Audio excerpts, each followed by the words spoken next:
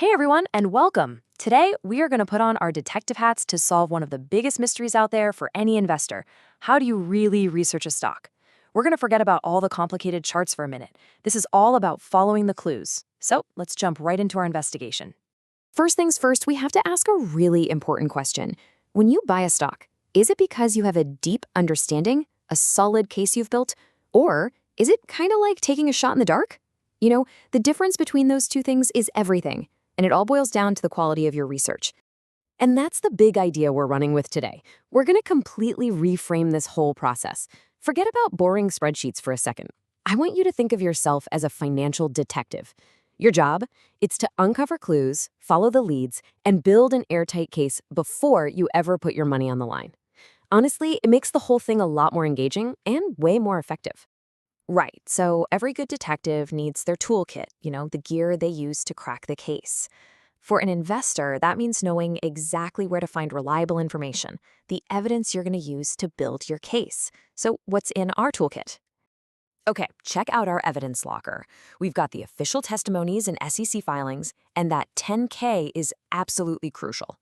We've got public statements right there on the company website. And then there are witness accounts from financial news you can trust. You've also got expert opinions from analyst reports, and you can even listen in on live interrogations, which are basically company earnings calls. Every single one of these is a potential clue, another piece of the puzzle. Let's just zoom in on that 10K report for a second. Think of this as the company's sworn annual testimony under oath. It's audited, it's super detailed, and they are legally required to tell the truth.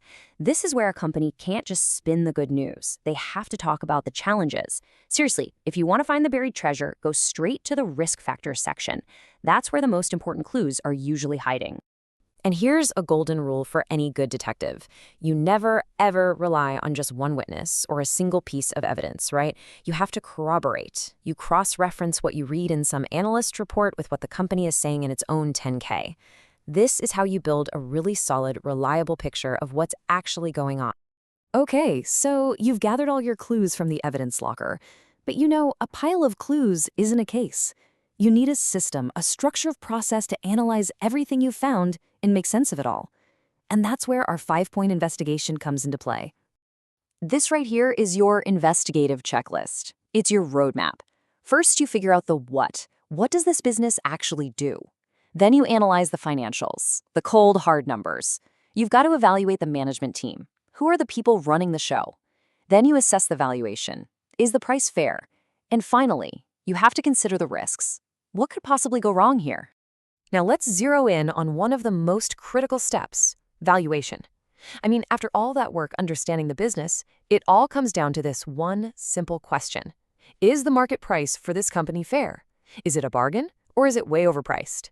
This is, without a doubt, a make or break moment in any investment case. One of the best ways to even start answering that question is with a little comparison. You can't just look at a company in a vacuum. You have to see how it stacks up against its peers. So here, we're looking at the price-to-earnings ratio, the PE. It's just a simple way to see how much investors are willing to pay for every dollar of a company's profit. In this case, company X has a PE of 15, while its competitors are averaging 22. That difference? Well, that's a clue. A very strong lead that this stock just might be undervalued. So, how do all these individual pieces actually fit together? Because let's be real, just collecting a bunch of facts is only the beginning. The real skill of a detective is synthesis. It's weaving all those different clues into a single, coherent story. This is where you connect all the dots and finally build your case. And real-world cases are almost never simple. They are messy, they're full of conflicting evidence. For instance, you might find that the company has strong revenue growth, which is a great sign. But you also uncover that its debt levels are rising. That's a pretty clear warning sign.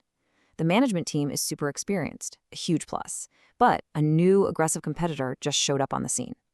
Your job is to weigh all these conflicting clues. So the crucial point here is that your goal isn't just to make a list of pros and cons. It's about forming a comprehensive view, an investment thesis that actually takes into account both the good stuff and the bad stuff. You have to step back and ask yourself, what is the most important part of the story here? What's the one thing that really drives this case? And here is a vital piece of pro advice.